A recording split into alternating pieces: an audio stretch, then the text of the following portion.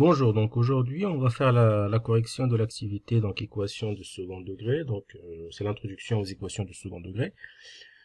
Donc là, donc l'objectif de Thibaut, c'est de délimiter donc une zone de baignade avec un félin de 160 mètres, c'est-à-dire de A en passant par B prime et arrivant à A prime. Il a un félin d'une longueur de 160 mètres, donc il veut délimiter donc la zone de baignade en fonction de la fréquentation par semaine au mois de juillet. Donc la première semaine, la fréquentation est faible, donc il doit délimiter donc une zone de baignade de 1000 mètres carrés, d'air égale à 1000 mètres carrés. La deuxième semaine, donc la fréquentation est moyenne, donc l'air de la zone de baignade doit être égal à 1500. La troisième semaine, la fréquentation est forte, donc l'air doit être égal à 2000. Et la dernière semaine, la quatrième semaine du mois de juillet, donc la fréquentation est très forte, donc il doit délimiter donc une zone de baignade avec une aire égale à 2500 mètres carrés. Donc j'espère que vous avez compris. Donc la troisième semaine, la fréquentation est très forte. Donc la troisième semaine, la fréquentation est très forte, donc il doit délimiter une zone de baignade de 2500. Et la quatrième semaine, la fréquentation est forte, donc il doit délimiter une zone de baignade de 2000 mètres carrés. Donc la première question qui est l'objectif de Thibaut. Donc Thibaut, son objectif, c'est quoi? Délimiter donc une zone de baignade rectangulaire adaptée à la fréquentation prévue pour la semaine en question. Donc l'objectif, c'est de délimiter donc une zone de baignade adaptée à la fréquentation prévue pour la semaine. Quelle est la longueur du filin? La longueur du filin, donc on l'a dans l'énoncé, donc 160 mètres. Donc la longueur du filin est égale à 160 mètres. Troisième question, quelles sont les valeurs possibles pour x? Donc x, c'est la longueur AB. Donc vu que la longueur du filin, c'est 160 mètres, donc x est une longueur, donc la valeur minimale, elle est strictement supérieure à 0, parce qu'une longueur, elle est toujours positive, donc x est supérieur à 0. Et en même temps, donc imaginez donc si x égale à 80 mètres, AB' égale à 80 mètres, donc elle peut pas en fait aller au-delà de 80 mètres. 80 mètres, c'est la moitié de 160. Donc x est compris entre 0 et 80 mètres. Donc x est compris entre 0 et 80 mètres. Il ne peut pas, x ne peut pas prendre une valeur supérieure à 80 mètres parce que si x égale à 80, elle restera 80 pour l'autre longueur A'B'. Donc voilà, c'est le maximum qu'il pourra faire pour x. Donc x est compris entre 0 et 80 mètres. Après, donc la troisième question, quel sera donc l'aire de la zone de baignade si x égale à 15 mètres? Donc si on a ici 15 mètres, forcément ici aussi égale à 15 mètres. Et vu que la longueur du filin c'est 160, combien il restera pour la longueur? 160 moins 15 moins 15. 160 moins 15 et moins 15, donc on aura 130. Donc la longueur de la zone de baignade ou la longueur du rectangle c'est 130 mètres. La largeur c'est 15 mètres. L'aire d'un rectangle égale à longueur fois largeur, donc 130 fois 15. Et donc l'aire égale à 1950 mètres carrés. Donc s'il prend 15 mètres ici, l'aire de la zone de baignade sera de 1950 mètres carrés. Donc de même pour x égale à 20, si x égale à 20 mètres, donc si on a 20 ici et 20 ici, donc elle restera 160 moins 20, ça va faire 120. Donc on aura 120 ici. 120 fois 20, l'aire égale à 2400 mètres carrés si x égale à 20 mètres. Qu'est-ce que vous remarquez? Donc on remarque que l'aire n'est pas la même dans les deux cas. Autrement, l'aire de la zone de baignade dépend des valeurs de x. Donc ça change en fonction de x. La dernière partie, donc réalisation, exprimer donc bb', donc de la zone de baignade en fonction de x. Bb', c'est cette longueur, bb'. Donc si on a ici x, et bien sûr donc x aussi ici, forcément là elle restera combien? Elle restera le total, c'est-à-dire 160 moins x, moins le x et moins le x. Donc ça fera 160 moins 2x. Donc j'ai schématisé ici. Donc si on prend ici, donc dans le cas général x et x, forcément pour la longueur, il restera 160 moins x, autrement 160 moins 2x. Donc bb' égale à 160 moins 2x. Et comment calculer l'aire de la zone de Bignad dans ce cas-là? Donc l'aire de la zone de Bignad, on l'a appelé AX. Donc l'aire de la zone de Bignad égale à longueur fois largeur, ou largeur fois longueur, c'est pareil. Donc c'est x fois, entre parenthèses, 160 moins 2x. X fois 160 moins 2x. Et si on développe le x, on fait x fois 160, ça va faire 160x. Et x multiplié par moins 2x, ça va faire moins 2x carré.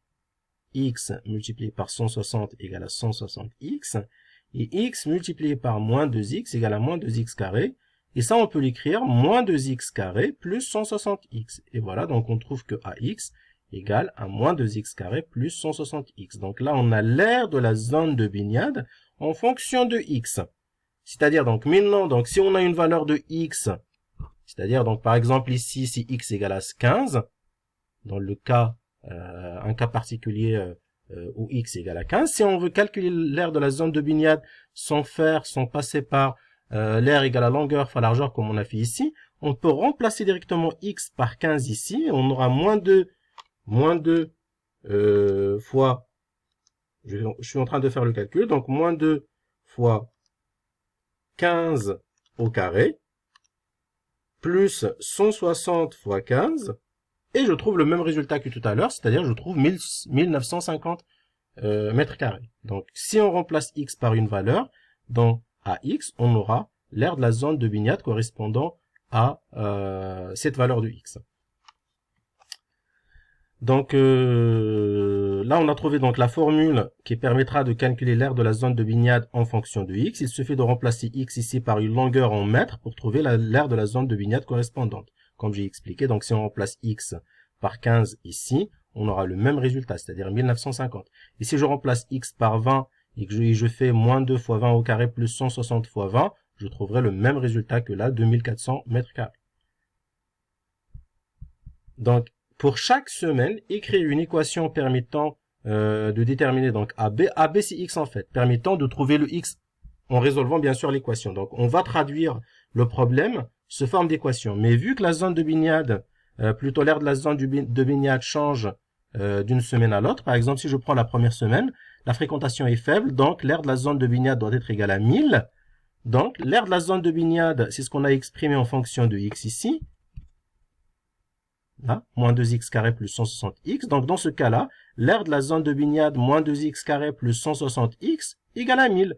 Et si on remet le 1000 de ce côté-là, on aura moins 2x carré plus 160x moins 1000 égale à 0. Parce que quand on change la place d'un nombre d'un côté à l'autre de l'égalité, le signe change. La deuxième semaine, la fréquentation est moyenne. Si la fréquentation est moyenne, l'aire de la zone de Bignad doit être égale à 1500 mètres carrés.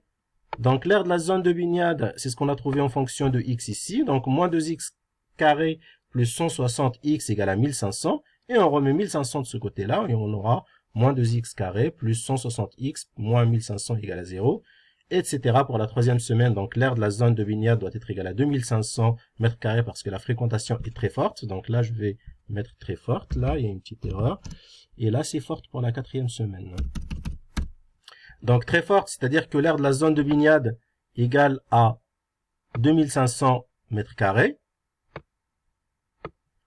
2500, on le remet de l'autre côté de l'égalité, donc on aura moins 2x carré plus 160x moins 2500 égale à 0. La dernière semaine, la fréquentation est forte, donc l'aire de la zone de Bignad doit être égale à 2000 mètres carrés. Donc l'aire de la zone de Bignad égale à 2000. Et si on remet 2000 de l'autre côté de l'égalité, donc on aura moins 2x carré plus 160x moins 2000 égale à 0. Donc là, on a traduit en fait, on a écrit 4 équations correspondant à chaque semaine. Donc la semaine 1, il faut résoudre l'équation 1 pour trouver les valeurs de x, c'est-à-dire trouver la longueur x. La deuxième semaine, il faut résoudre cette équation pour trouver la valeur de x correspondante, etc. pour la troisième semaine et pour la quatrième semaine. Donc forcément, pour l'équation permettant de déterminer donc la distance AB de la semaine 1 peut s'écrire, comme on a dit ici, moins 2x carré plus 160x moins 1000 égale à 0. Proposer une démarche mathématique pour résoudre cette équation. Donc là, j'ai répondu, on peut faire un tableau de valeurs avec la calculatrice et chercher la valeur de x pour laquelle cette expression s'annule. Autrement, avec la calculatrice, on peut, donc là c'est un moins 2x carré, on peut chercher les valeurs de x pour lesquelles moins 2x carré plus 160x moins 1000 égale à 0 avec un tableau de valeurs. Donc comment? Je vais vous montrer donc là la démarche à suivre. Comment faire un tableau de valeurs avec la calculatrice? Donc là, dans f de x, on va écrire l'expression. Donc là, je vais tout effacer. Donc on va écrire l'expression ou l'équation. Donc moins 2x carré plus 160x moins 1000